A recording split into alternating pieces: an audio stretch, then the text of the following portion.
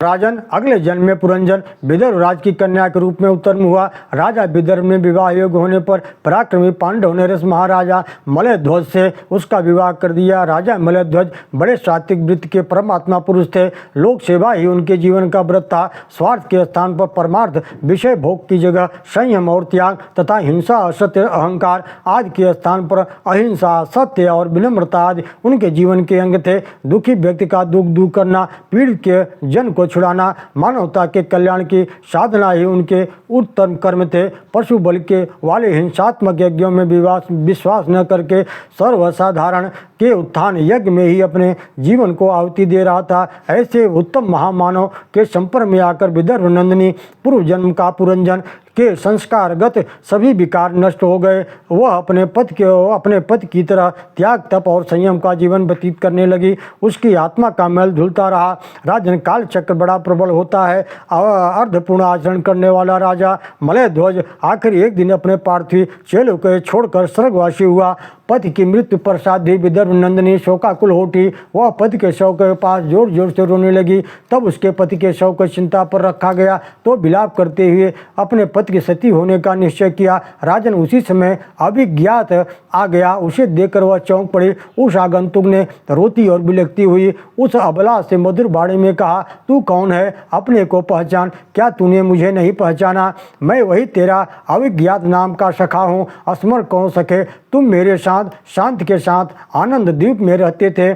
जब अभिज्ञात ने उसे सचेत किया तो उसे अपने असली स्वरूप का स्मरण हो आया और वह विदर्भ नंदिनी अपना रुदन आज छोड़कर अपने वास्तविक रूप में स्थित हो गई। उसका आत्मज्ञान जो मित्र से विछोह के कारण विस्मित हो गया था उसे फिर से प्राप्त हुआ। फिर से वे आनंद द्वीप के अधिवासी हुए। प्राचीन महर्षि, यह कथा मैंने तुम्हें ब्रह्म ज्ञान का उपदेश देने के लिए सुनाया है। व्यक्तिगत स्वार्थ, विषय वासना, हिंसा, मद मत्सर आदि के से मनुष्यों का कोई कल्याण नहीं होता। अतः व्यक्ति को जीव हिंसा कभी नहीं करनी चाहिए। भगवान यहाँ पे भगवती के द्वारा शुंभ और निशुंभ का संहार की कथा इस अध्याय में वर्णित है। आइए चलते हैं कथा की तरफ। वेद व्यास जी कहते हैं, हे राजन, अब मैं आपको ऐसी परम पवित्र कथा सुनाता हूँ जिसका श्रवण से मानव मन संतुष्ट होता है। एक समय की बात है। शुंभ और निशुंभ नाम के दो बड़े बलवान राक्षस थे। वे ब्रह्मा जी की सहस्त्र वर्ष तक तपस्या कर रहे थे, जिससे ब्रह्मा जी प्रसन्न हो गए। उन्होंने दोनों को वरदान मांगने का अवसर दिया। शुंभ और निशुंभ ब्रह्मा जी से कहा, हे ब्रह्मदेव, यदि आप हम पर प्रसन्न हैं तो हमें अमरता प्रदान कर दीजिए। ब्रह्मा जी ने उन्हें जवाब दिया, मैं तुम्हें अमरता प्रदान नहीं कर सकता, क्योंकि जिसका जन्म होता है उसकी मृत्यु निश्चित होती है। कोई अन्य वरदान मांगो। तब शुंभ निशुंभ ने कहा, अगर आप हमारे ऊपर प्रसन्न हैं तो हमें यह वरदान दीजिए कि मैं किसी देवता, मनुष्य या राक्षस के द्वारा हमारी मृत्यु न हो। हमारी जब भी मृत्यु हो तो किसी स्त्री के द्वारा ही हमारी मृत्यु हो। अवध्यो भ्रातरो स्यातं नरेभ्य पंकजो ध्वज भयं न स्त्रीजनेभ्यश्च स्वभाव दबला हिता।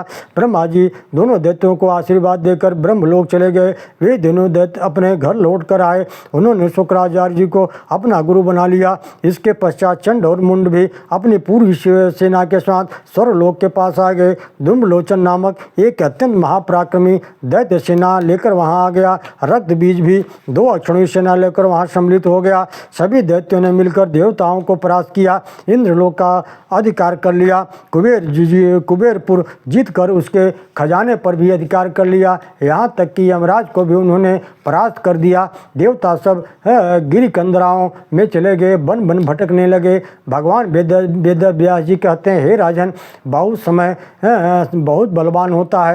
समय सामान्य मनुष्य को राजा बना देता है, एक राजा को भिखारी भी बना देता है। समय का फेर देखिए कि 1100 अश्वमेध यज्ञ करने वाला इंद्र के पद को प्राप्त करने वाला भी आज असीम कष्ट पा रहा है। मखानांच शतम कृत्वा प्राप्ये दासनमुत्तमं पुनर्दुःखं परम प्राप्तं कालस्य गतिरीदृशी समय बड़ा बलवान है, मनुज नहीं बलवान। काबे अर्जुन लूटिया वही धनुष वे बाण। जिस गांडीव से अर्जुन ने अनेक महारथियों को परास्त किया था, उसी गांडीव से आज वे यदुवंश की स्त्रियों की रक्षा नहीं कर सके।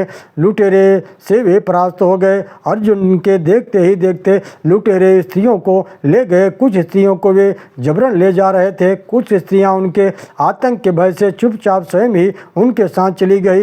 अर्जुन ने अपहरण से बची हुई कुछ स्त्रियों को जहाँ तहाँ बसा दिया। कुछ वृद्ध बालकों एवं स्त्रियों को लेकर वे इंद्रप्रस्थ आए। जैसे ही वे युधिष्ठिर के पास गए, युधिष्ठिर जी ने कहा, पार्थ, क्या तुमने राज्यसूरा स्त्री के समागम किया है, किसी ब्राह्मण का वध किया है? तुम युद्ध में परास्त तो नहीं हो गए? ये तुम्हारा श्रीहीन कैसे हो गए? तब अर्जुन ने कहा, भगवान कृष्ण ने अपनी लीला समेट ली। हम उनके दर्शन करते थे, तब हमारे बाणों में बल था, हमारे कोई असंभव कार्य संभव नहीं था। कृष्ण की कृपा से सफल हो जाते हैं। वे मुझे छोड़कर चले गए हैं। जब मैं इस घटना को चिंतित करता हूँ, मेरा हृदय बारंबार द्रवित होने लगता है। अब वैसा न मैं रहा, न मेरा बाण रहा है। हे मुनि, नाना प्रकार के अस्त्रों को जो मुझे ज्ञान था, वह सब विलुप्त हो गया है। समय की बात है, वह भी समय था, विजय होते थे, शत्रु हारते थे। अब साधारण लोग तुम हार गए। यदुवंशीय ब्राह्मणों के शाप से दग्ध होकर नष्ट हुए। अतः तुम उनके लिए शोक न करो। महामनस्वी वीरों को भविष्यता ऐसी नहीं होती। ओम नमो दिव्य महादिव्य शिवाय सत्यम नमः। नमः प्रकृते भद्राय नियता पड़ता स्मृताम। सज्जनों, अब शुंभ और निशुंभ के वध की कथा है। ये बहुत रोचक कथा है। देवता जब शुंभ और निशुंभ से परास्त हो गए तो सब देवताओं ने मिलकर भगवती की आराधना की। बहुत समय पहले महिषासुर ने देवताओं को परास्त किया था। तब सब देवताओं ने मिलकर भगवती की स्तुति की थी, जिसके प्रभाव से भगवान माता ने प्रसन्न होकर महिषासुर का वध किया था। आज पुनः सब देवताओं ने मिलकर माँ भगवती की बड़ी प्रेम पूर्वक स्तुति की। नमो देवी विश्वेश्वरी प्राणनाथे सदानंद रूपे सुरानंद दे। आनंद नमो दान वांत प्रदे मानवाना मने का कार्थ दे भक्ति गम्य स्वरूपे। हे माता, हे प्राणियों के सामने सदानंद में रहने वाली, देवताओं को आनंद प्रदान करने वाली, आपको नमस्कार है। दानों का अंत करने वाली, मनुष्यों की इच्छाओं को पूर्ण करने वाली, भक्त के द्वारा अपने स्वरूप का दर्शन कराने वाली, हृदय में से आपको नमस्कार करते हैं। हे माता, आज बड़ा ही संकट भयंकर उत्पन्न हुआ है। आप कृपा करके हमें दर्शन दीजिए। जिस प्रकार आपने महिषासुर का वध किया था, उसी प्रकार शुंभ निशुंभ का संहार करके हम सबका कल्याण करें। देवताओं की स्तुति सुनकर भगवती प्रसन्न हो गई और भगवती ने अपने शरीर से एक दूसरा रूप प्रकट किया। माता पार्वती के विग्रहों से अंबिका जी प्रकट हुई। वे भगवती कौशिकी इस नाम से विख्यात हुई। उन भगवती कौशिकी के निकल जाने से उनका शरीर क्षीण हो जाने के कारण वे कृष्ण वर्ण की हो गई। तब वे कालिका के नाम से विख्यात हुई। भगवती अंबिका ने मुस्कुराकर देवताओं से कहा, आप लोग निर्भय रहिए, मैं अभी शत्रुओं का संहार कर डालूंगी। ऐसा कहकर वे भगवती कौशिकी सिंह पर सवार होकर कालिका को अपने साथ लेकर के शत्रु के नगर की ओर चल पड़ी।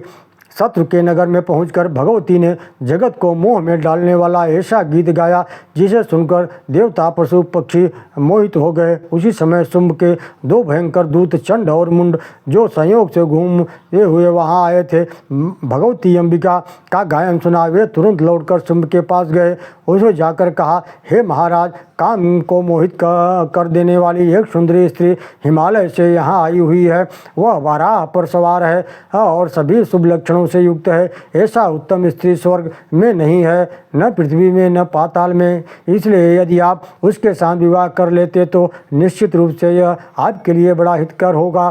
चंड मुंड के वचन को सुनकर शुंभ ने अपने पास बैठे हुए अपने सेवक सुग्रीव से कहा, तुम जाओ और जाकर उस स्त्री को मेरे विषय में बताओ। सुग्रीव ने भगवती को सारी बातें बताई, लेकिन भगवती इस बात पर अटक रही कि वे स्वयं को शुंभ के पास भेजें। इसके पश्चात धूमलोचन माँ को समझाने के लिए आया, लेकिन भगवती माँ काली के हुंकार मात्र से धूम्रलोचन भस्म हो गया। इसके पश्चात चंड और मुंड भगवती से युद्ध करने के लिए आए और माता कालिका ने चंड और मुंड दोनों का संहार कर दिया। उसके पश्चात माँ भगवती का रक्त बीज के साथ बड़ा ही भयंकर संग्राम हुआ। रक्त बीज के शरीर से जितने भी रक्त की बूंदें गिरती थी उतने ही पराक्रमी रक्त बीज के समान पुनः उत्पन्न हो जाती थी। सभी देवता भयभीत हो गए, कोई भी उस रक्त बीज को जीत नहीं सका।